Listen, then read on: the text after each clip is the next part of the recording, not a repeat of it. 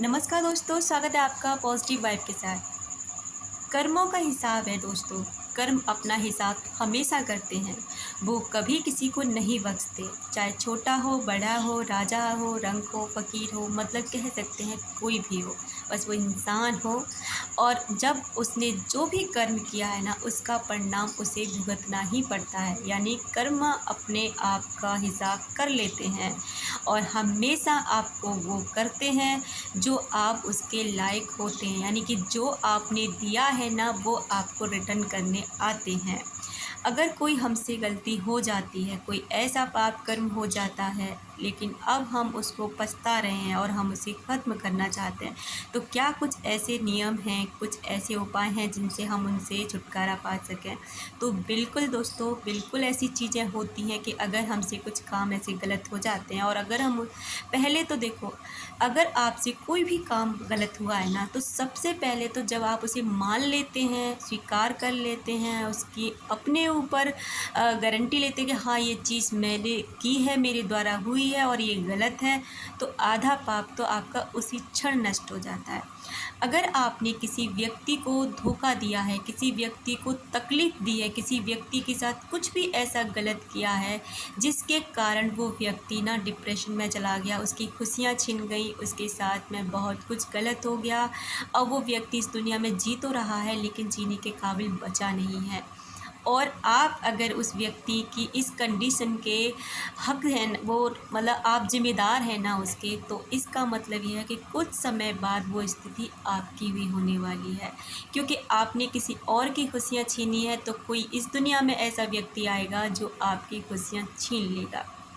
अब आपको क्या करना है कि आपको अगर जैसे अब आपको फ़ील हो रहा है कि हाँ, मैंने उस इंसान के साथ गलत किया है, तो अब आपको क्या करना होगा कि उस व्यक्ति को वो सब देना शुरू कीजिए जिसकी वजह से वो व्यक्ति ना इस स्थिति में पहुंच गया है। इसकी जो कंडीशन बन गई है ना, वो आपके कारण हुई है। तो आप उस व्यक्ति को ना वो चीज़ें देना शुरू किए जिससे उसकी स्थिति धीरे धीरे अच्छी होने लगी। जैसे जैसे वो व्यक्ति अपनी लाइफ में खुश होना शुरू हो जाएगा ना, ठीक उसी तरह आपकी स्थिति भी धीरे धीरे सुधरने लग जाएगी।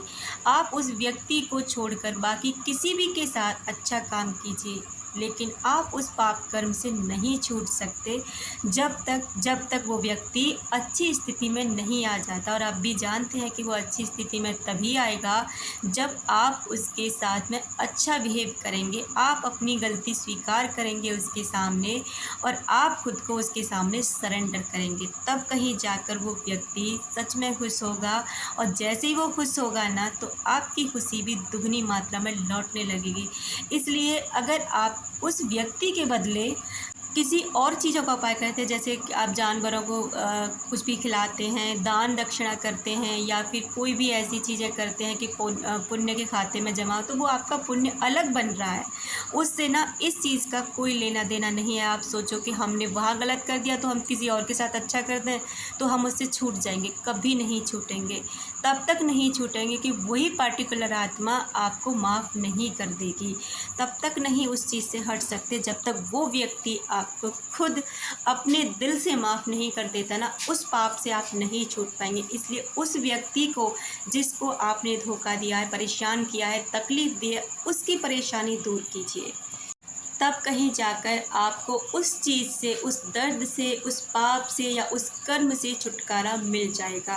उसके बाद आप कुछ भी ऐसा करते हैं ना, जो भी इस दुनिया में मतलब आप कोई भी पाप पुण्य कर रहे हैं, किसी के साथ अच्छा कर रहे हैं, तो वो आपका एक अलग कर्म खाता है, इससे उसका कोई लेना देना नहीं है।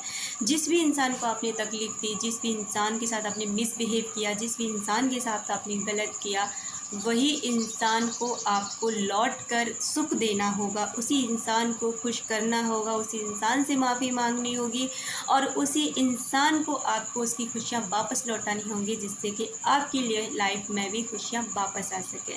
उम्मीद करती हूँ कि आपको मैं कुछ थोड़ा सा समझा पाई होंगी। अगर समझा पाई हूँ तो प्लीज़ लाइक से कमेंट ज़रूर करें। तब तक रखें अपना ख्याल, मिलते हैं अपने नेक्स्ट वीडियो में। Thank you so much.